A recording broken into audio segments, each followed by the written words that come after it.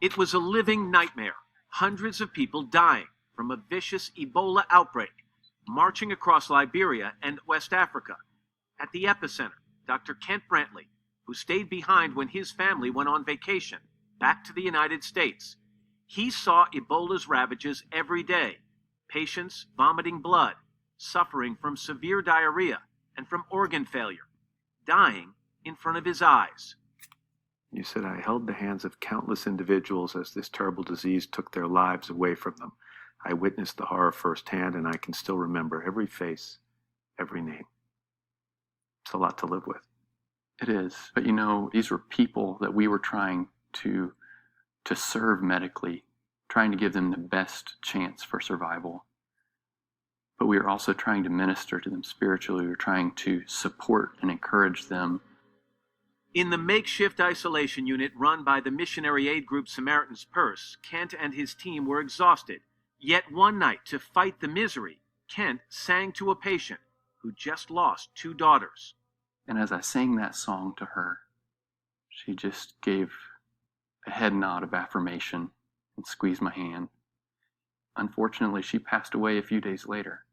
But for those few days, she had some level of peace, some level of dignity and comfort.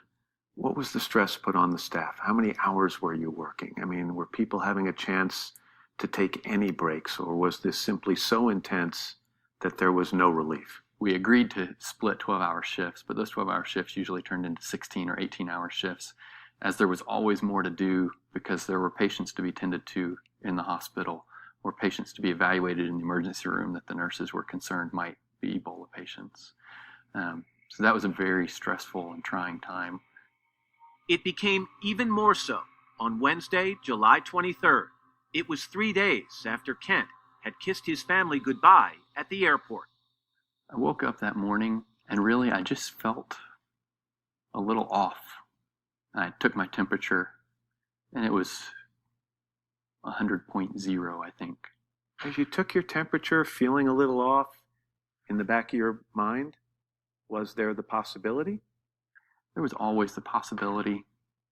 A possibility, terrifying but remote, that somehow he had contracted Ebola.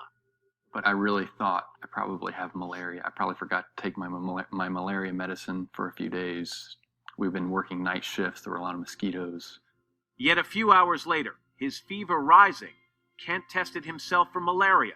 The result was negative. And in this strange world of Ebola, that was not good news. He called another doctor at the hospital. He said, okay, I'll send somebody over. And what he meant was, I'm going to send somebody over to suit up in full personal protective equipment and come in and draw your blood so we can do an Ebola test. Can you describe how odd a feeling that was? You were the guy in that protective suit for all those months, treating the other patients, and here the door opens, and 2 of your colleagues wearing that suit, full protective gear, are coming in to draw your blood. I mean, we joked back and forth as they came in.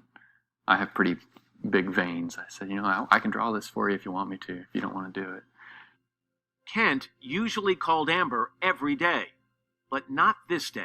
He purposely did not call me till the next day when his first Ebola test had come back negative, and he called to tell me he was sick, but his test was negative.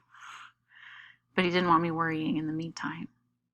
Kent needed one more blood test 72 hours later to be confident he didn't have Ebola, and as the hours ticked by, he kept feeling worse.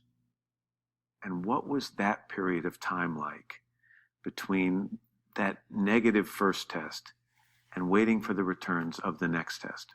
I was really nervous. I just kind of drifted through the days. Kent was getting weaker by the minute, overwhelmed by nausea.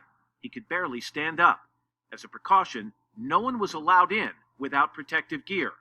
These are photos of his house under quarantine. On Saturday, July 26th, 3 days after Kent began feeling sick, one of his doctors knocked on the bedroom window, peered inside, and called his name. And he said, Kent Budham, I've got your test result. I'm really sorry to tell you it's positive. And it was a very surreal moment. I was sick. My mind was a little cloudy. But my first comment was, okay, what's next? What's the plan? And how am I going to tell Amber?